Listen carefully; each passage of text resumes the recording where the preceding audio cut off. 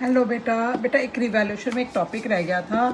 Basically chapter number 3 में ये topic आता है, 4, 5, 6 में भी आ सकता है, कोई प्रॉब्लम नहीं है। जब भी पार्टनरशिप का रिकॉन्स्टिट्यूशन होता है बेटा, उस टाइम अगर पार्टनर्स ने ये डिसाइड किया, जो भी रिमेनिंग पार्टनर्स हैं उन्होंने डिसाइड किया कि जो एसेट्स एंड लायबिलिटीज़ की वैल्यूज़ चेंज होंगी, उन वैल्यूज़ को हम बैलेंस शीट में नहीं दिखाएंगे। कि मतलब अगर मशीन हमारी 10 लाख की है और उसकी वैल्यू कम होकर 9 लाख की हो रही है, तो हम बैलेंस शीट में उसको 10 लाख पे ही शो करेंगे, 9 लाख पे शो नहीं करेंगे। हमारी एसेट्स एंड लायबिलिटीज़ की जो भी वैल्यू चेंज हो रही है, हम उसको बैलेंस शीट में फैक्ट नहीं करेंगे, शो नहीं करेंगे, न्यू वैल्यूज़ को नहीं दिखाएंगे।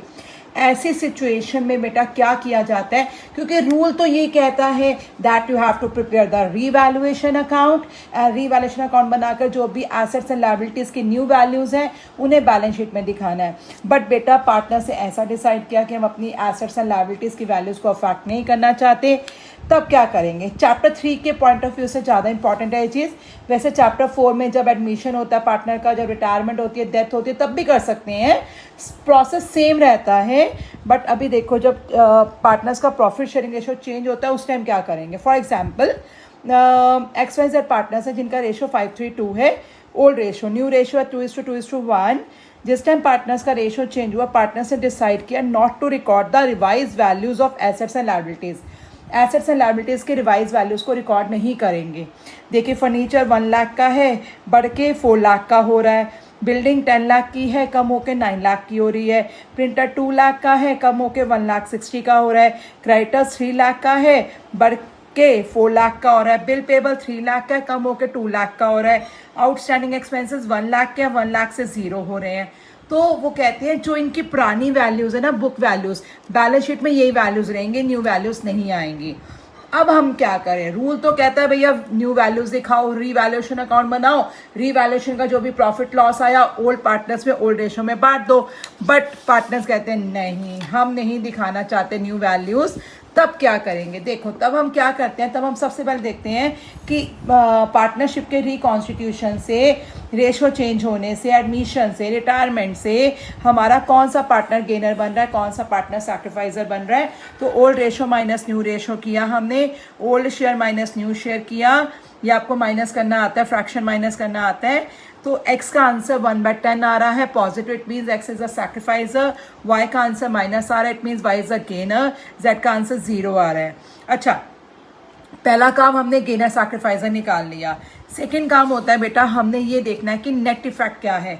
अगर कोई एसेट बढ़ रही है डेफिनेटली हमारे लिए फायदा है, एसेट कम हो रही है हमारे लिए नुकसान है। लायबिलिटी बढ़ रही है हमारे लिए नुकसान है, लायबिलिटी कम हो रही है हमारे लिए फायदा है। तो देखते हैं क्या फायदे क्या नुकसान, नेट इफेक्ट निकालना है। देखिए फर्नीचर हमारा बढ़ रहा है तो इंक्रीज इन फर्नीचर प्लस में लिख दिया। बिल्डिंग देखिए बेटा हमारी कम हो रही है तो नुकसान, डिक्रीज इन बिल्डिंग 1 लाख, कितना चेंज हो रहा है वो लिखना है। प्रिंटर 2 लाख से 1,60,000 हो रहा है, 40,000 चेंज हो रहा है, कम हो रहा है, माइनस में आ गया।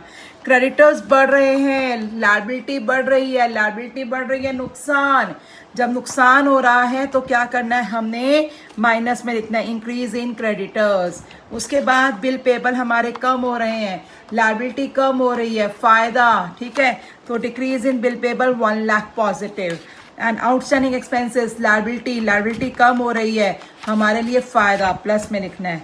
प्लस माइनस करने के बाद नेट इफेक्ट आ गया 2,60,000। अब हमने इस नेट इफेक्ट की जर्नल एंट्री क्या करनी है, गेनर को डेबिट करना है, सैक्रिफाइजर को क्रेडिट करना है। गेनर कौन है यहाँ पे, y। देखिए y का आंसर नेगेटिव आ रहा था, -1/10 आ रहा था। गेनर कौन है, y गेनर है, एंड x कौन है, सैक्रिफाइजर। z 0, ना तो गेन कर रहा है ना सैक्रिफाइस कर रहा है। ऐसे सिचुएशन में जनरल एंट्री क्या करेंगे, y capital account debit to x capital account. Gainer को डेबिट कर देंगे, सैक्रिफाइसर को क्रेडिट कर देंगे। अमाउंट कैसे निकालेंगे, 2,60,000 जो भी नेट इफेक्ट आया है उसमें जो वो गेन कर रहा है 1/10 उससे मल्टीप्लाई कर देंगे। 2,60,000 इंटू 1/10 26,000 एंड एक्स कितना सेक्रीफाइस कर रहा है 1/10, तो 2,60,000 इंटू 1/10 26,000।